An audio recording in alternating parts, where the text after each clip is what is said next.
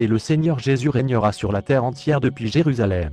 La terre actuelle sera purifiée et restaurée, et la gloire de Dieu la remplira. De nombreux versets de la Bible décrivent cette période. Nous pouvons citer, par exemple, les passages suivants. Il arrivera, dans la suite des temps, que la montagne de la maison de l'Éternel sera fondée sur le sommet des montagnes, qu'elle s'élèvera par-dessus les collines, et que toutes les nations y afflueront. Des peuples s'y rendront en foule, et diront : Venez, et montons à la montagne de l'Éternel, à la maison du Dieu de Jacob, afin qu'il nous enseigne ses voies, et que nous marchions dans ses sentiers.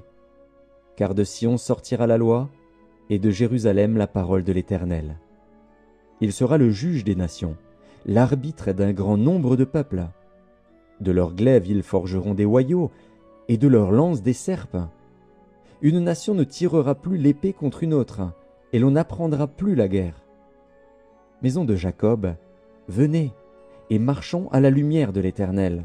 Ésaïe 2. 2, 5. Manifestement, cette prophétie n'a jamais encore été réalisée, et ne s'accomplira que pendant le millénium. Puis un rameau sortira